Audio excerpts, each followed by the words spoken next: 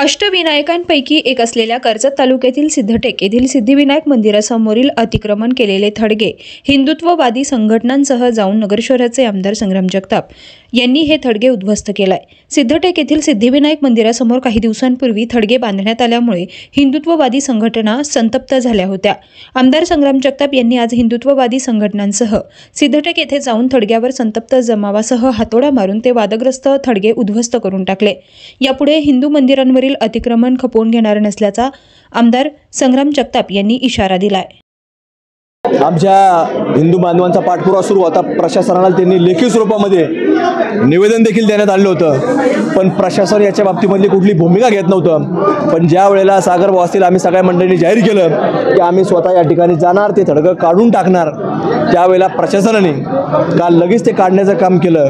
पण त्याच्या बाजूचा जो चौथरा होता तो तशाच प्रकारे ठेवला होता। त्यामुळे त्याच्या चौथरा जो उर्वरित होता तो आमच्या सर्व हिंदू बांधवांच्या मदतीनं या ठिकाणी उखडून काढण्याचा एक आज या कार्यक्रम या ठिकाणी झालेला आहे।